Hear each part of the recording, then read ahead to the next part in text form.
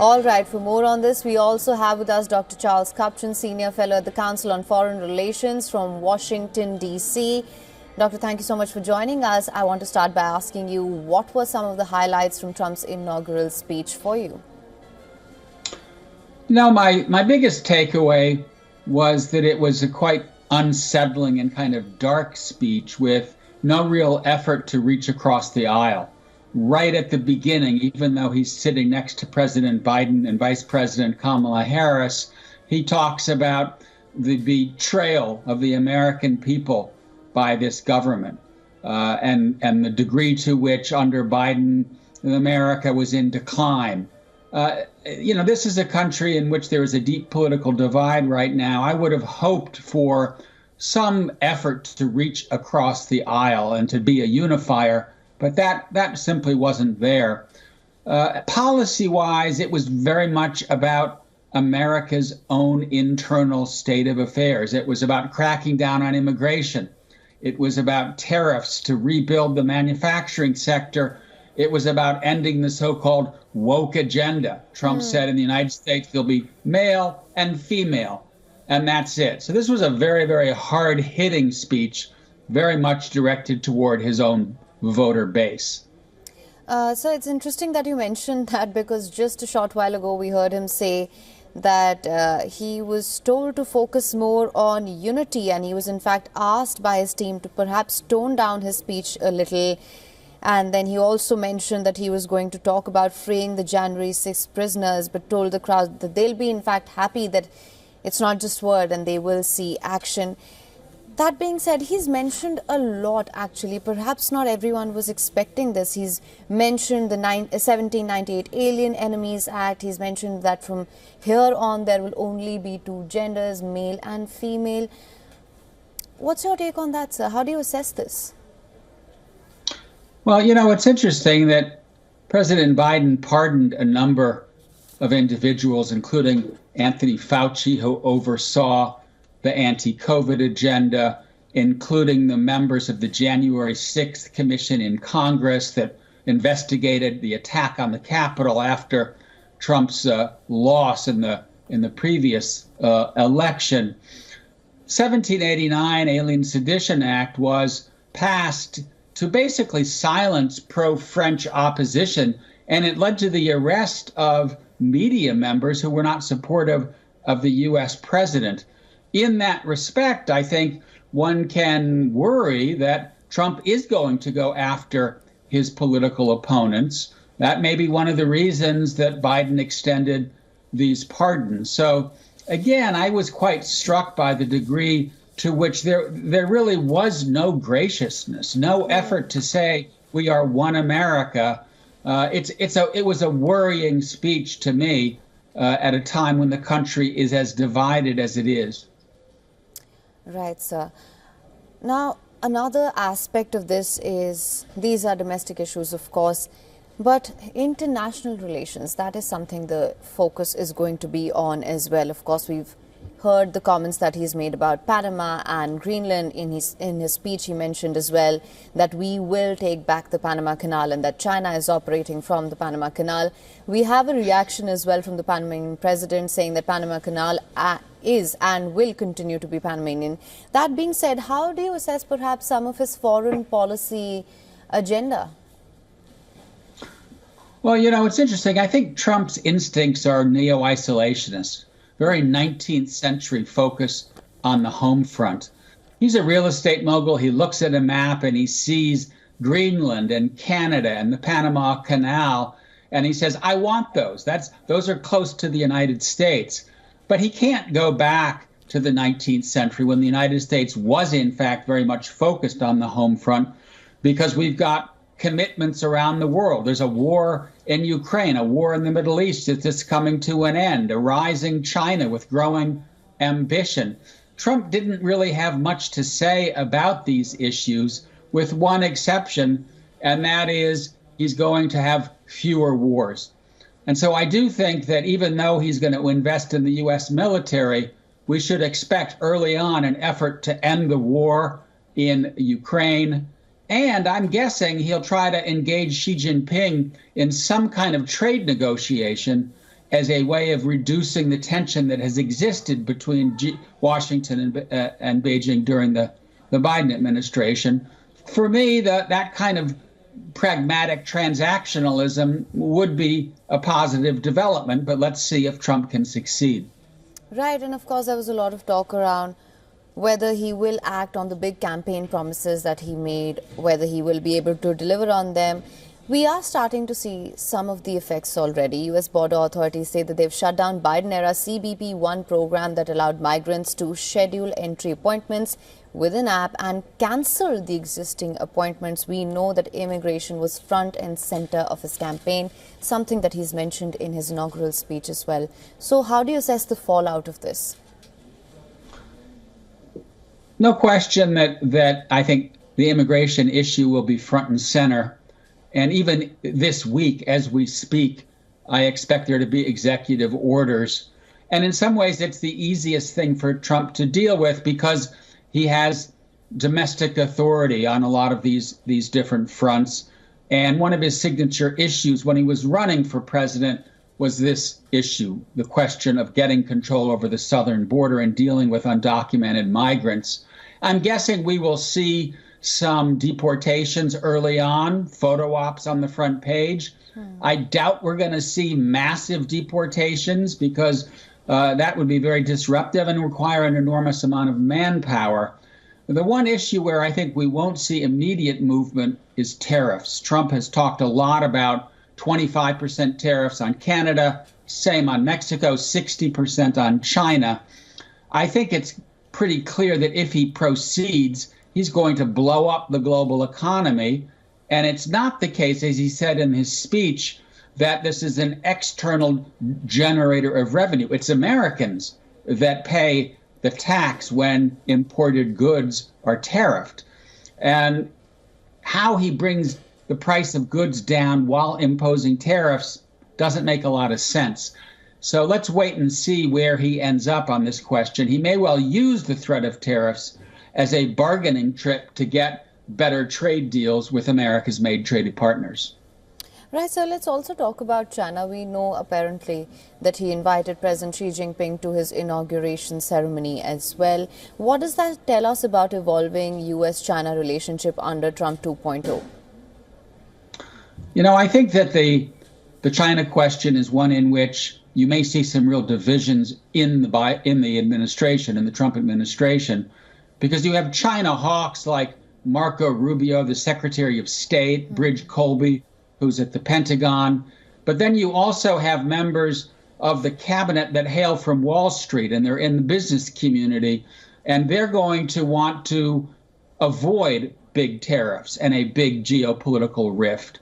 Trump in general is a China hawk on trade, not a China hawk on geopolitics and Taiwan. I think it was right to invite Xi Jinping to his inauguration. It gets the relationship off to a good start. The key question in my mind is, will we see the two gentlemen talk and meet in the coming weeks and months? And will they be able to cut some kind of trade deal? If so, I do think that there's a good chance that Trump will be able to lower the temperature, not end geopolitical competition with China, but try to back away from the intense rivalry that we've seen during the Biden years. Right. The other big question, of course, is with regards to the Russia-Ukraine war. He had earlier said that he will end this war within 24 hours of being in office, and then, of course, went ahead to give a more realistic timeline for the same. And we've also seen a reaction by Ukrainian President Volodymyr Zelensky saying that President Trump is always decisive, and the peace through strength policy announced provides an opportunity to strengthen American leadership and achieve a long-term and just peace, which is the top priority. That is what the Ukrainian president has said. That being said, do you think Trump can actually end the war between Russia and Ukraine? Well, I think he's being a bit more realistic now. It was never going to end in 24 hours. It will take months. I think there is a reasonably good chance that Trump can negotiate a ceasefire. And I think it's Ukraine's interest to have a ceasefire because this is a war that they're not going to win. In fact, they've been losing ground steadily for the past year.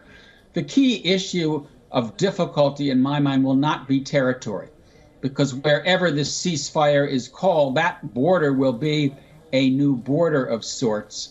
But I do think that Trump is naive to think that he can end aid to Ukraine and still get a peace deal. If he's not supporting Ukraine, I think Putin will keep coming.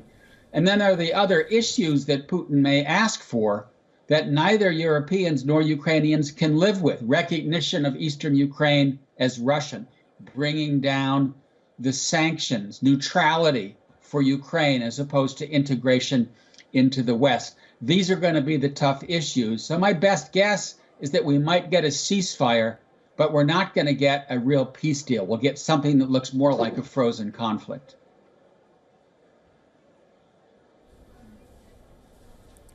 Right, sir. I also wanted to talk to you about, we heard that President Joe Biden in his farewell speech had warned of a tech industrial complex and a tech oligarchy. We saw all the tech magnates at the Capitol Rotunda as well. How do you assess the growing role of and the role that Elon Musk has been given in Trump 2.0? Of course, he will be heading the Department of Government Efficiency, DOGE. How do you assess that? I think that Biden was right to express concern about this issue because our campaign finance system allows corporations and wealthy individuals to give unregulated amounts of money. And we've already begun to see a lot of tech entrepreneurs and corporate CEOs line up behind Trump and curry favor with Trump. Two prominent newspapers, the Washington Post and the LA Times, did not run editorials that were supportive of Kamala Harris because their publishers did not want to get on Trump's wrong side.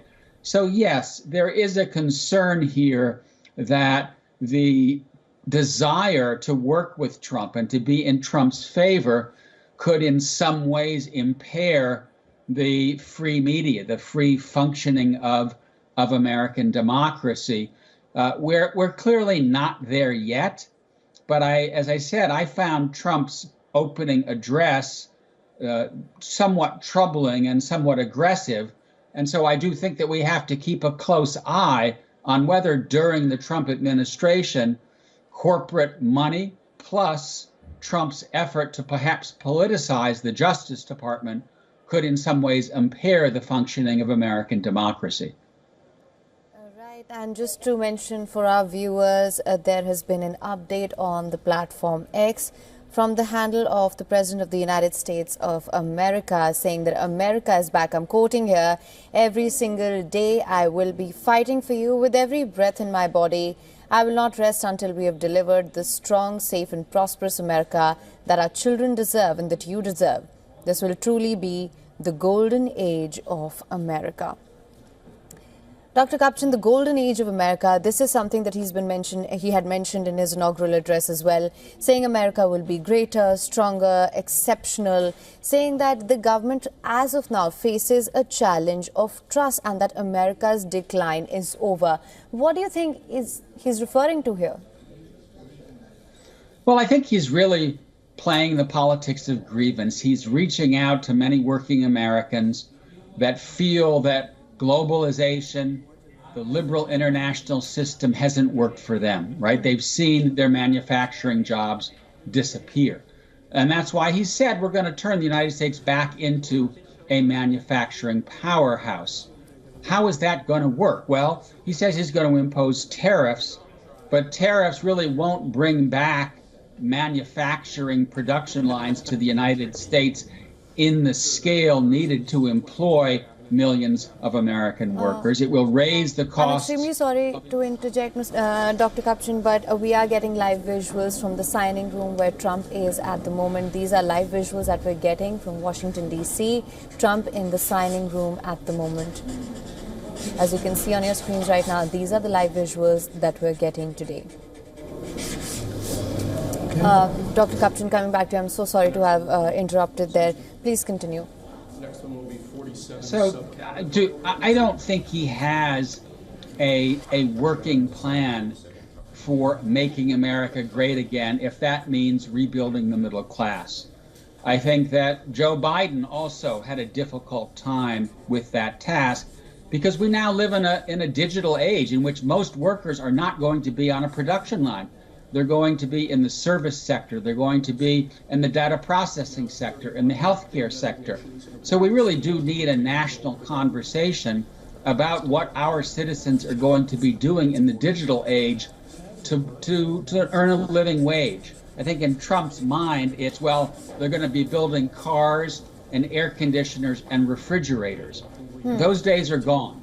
And as a consequence, I do think the public conversation needs to be more honest, and we need to train workers for the jobs of the future and not pine for the jobs of the past.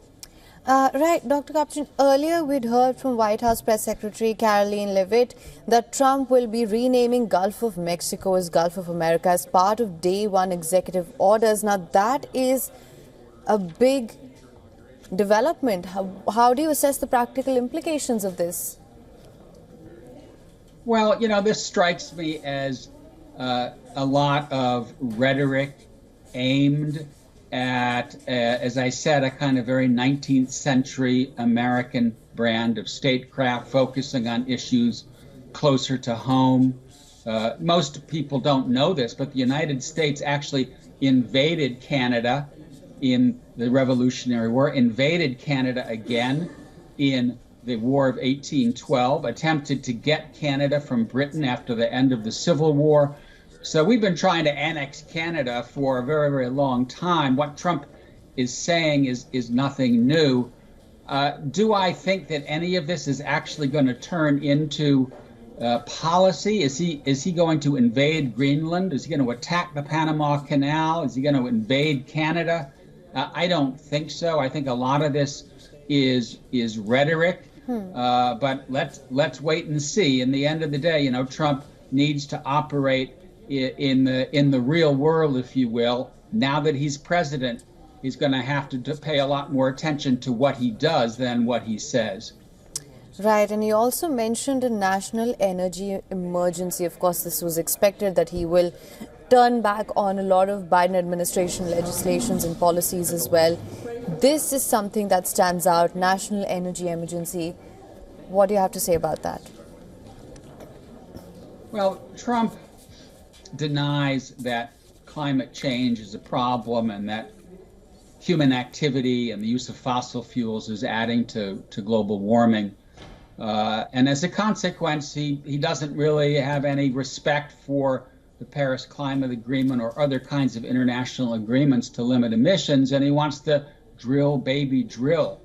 The bottom line is that the United States is already producing an enormous amount of oil and gas. It may end up producing more during President Trump's tenure, but I do think that this issue of global warming cannot go away. Los Angeles, the other side of the country from where I am, is still burning. We've had a number of very devastating hurricanes this year. We see this kind of destructive weather in many other parts of the world.